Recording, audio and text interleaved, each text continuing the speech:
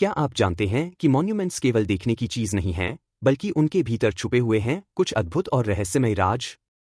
Eiffel Tower, Trafalgar Square, Lady Liberty दुनिया के कुछ अद्भुत और प्रसिद्ध स्मारक हैं। चलिए आज हम स्टैच्यू ऑफ लिबर्टी के बारे में बात करते हैं, जिसे हर साल करीब 50 लाख लोग देखने आते हैं।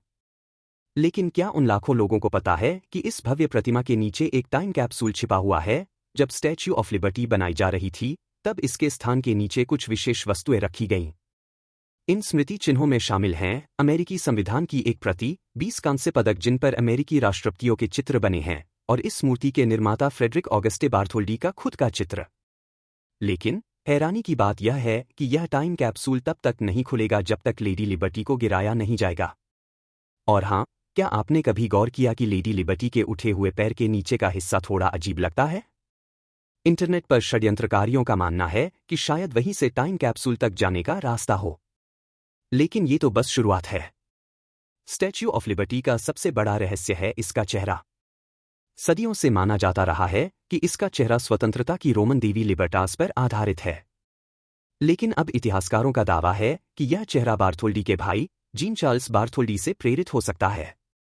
उनके नाक, भौं और होंठ मूर्ति से काफी मिलते जुलते हैं। अब जरा नजर डालिए प्रतिमा की मशाल पर। यह केवल ज्ञान और स्वतंत्रता का प्रतीक नहीं है। पहले यह मशाल बालकनी का काम करती थी। हाँ, आप सही सुन रहे हैं।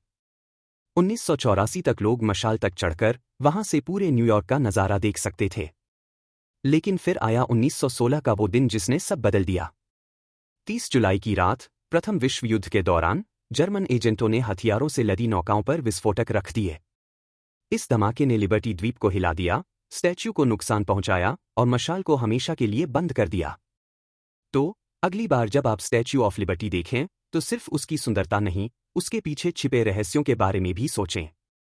कौन जानता था कि एक स्मारक इतनी सारी कहानियां समेटे हो सकता है? न्यूयॉर्क का ब्रुकलिन ब्रिज, जो स्टैच्यू ऑफ लिबर्टी से सिर्फ 3 मील की दूरी पर है, हर रोज लाखों लोगों की आवाजाही का गवाह बनता है। 1,20,000 वाहन, 4,000 साइकिल सवार और 30,000 पैदल यात्री इस पुल से गुजरते हैं। लेकिन क्या आप जानते हैं कि इस मशहूर पुल के भीतर छिपे हैं ऐसे रहस्य जो किसी फिल्म की कहानी से कम नहीं लगते? ब्रुकलिन ब्रिज के दोनों सिरों पर बने विशाल पत्थर के लंगर इसकी मजबूती का आधार हैं। लेकिन इन लंगरों के भीतर छिपी 50 फुट ऊंची गुफानुमा दीवारें एक वक्त न्यूयॉर्क शहर के लिए कमाई का जरिया थी। 19वीं सदी के अंत और 20वीं सदी की शुरुआत में इन कक्षों को किराए पर दिया गया था। और यहाँ सवाल उठता है, इन तिजोरियों में ऐसा क्या रखा जाता था जो कंपनियां इसके लिए बड़ी रकम खर्च करती थीं? जवाब है शराब। ब्रुकलिन ब्रिज की तिजोरियां उस वक्त शराब के भंडारण का परफेक्ट स्थान थी। मोटी ग्रेनाइट की दीवारें, लगभग अंधेरा और 60 डिग्री फ़ारेनहाइट का स्थिर तापमान, यह सब शराब को लंबे समय तक सुरक्षित और प्रीमियम बनाए रखने के लिए आदर्श था। मैनहट्टन की ओर स्थित एक तहखाना, जिसे ब्लू ग्रोटो कहा जाता था, अपने भव्य भित्ति चित्रों के लिए भी मशहूर था, जिनमें यूरोप के अंगूर के बागों की छवियां उकेरी गई थीं। यहाँ का माहौल इतना शानदार था कि यह जगह सिर्फ शराब भंडारण के लिए नहीं, बल्कि पार्टियों के लिए भी जानी जाने लगी। शैंपेन और संगीत की रातें। 1934 में जब निषेध अधिनियम प्रोहिबिशन एक्ट को समाप्त किया गया, तो एंथनी ओट्स एंड कंपनी जैसे नए किराएदार यहाँ आए। उन्होंने ब्रुकलिन ब्रिज के भीतर एक पार्टी आयोजित की, जहां संगीतकारों ने विनीज वाल्ज बजाई और सुबह तक शैंपेन की बोतलें खुलती रहीं। युद्ध के बाद बदलाव। द्वितीय विश्व युद्ध के दौरान इन तिजोरियों पर शहर ने कब्जा कर लिया। अब इनका इस्तेमाल हथियारों या टैंकों के लिए नहीं, बल्कि पुल के रखरखाव के लिए किया जाने लगा। और आज भी ये तिजोरियां ब्रुकलिन ब्रिज के इतिहास का हिस्सा हैं, लेकिन अब वे शांत और व्यावहारिक उपयोग तक सीमित हैं। ब्रुकलिन ब्रिज का इतिहास हमें बताता है कि यह केवल एक पुल नहीं, बल्कि रोमांच और कहानियों का जीता जागता प्रतीक है। एफिल टॉवर, पेरिस का रंग बदलता राज। पेरिस, शहर जो अपने रोमांटिक दृश्य और ऐतिहासिक स्मारकों के लिए प्रसिद्ध है, यहाँ एक ऐसा स्मारक है जिसे लगभग हर कोई जानता है, एफिल टॉवर। इस 1080 फीट ऊंची संरचना को देखने हर साल करीब 7 मिलियन लोग आते हैं। लेकिन क्या आप जानते हैं कि इस टॉवर में छिपे हुए कई रहस्य हैं जिन्हें आप शायद नहीं जानते? गुस्ताव एफिल का गुप्त अपार्टमेंट।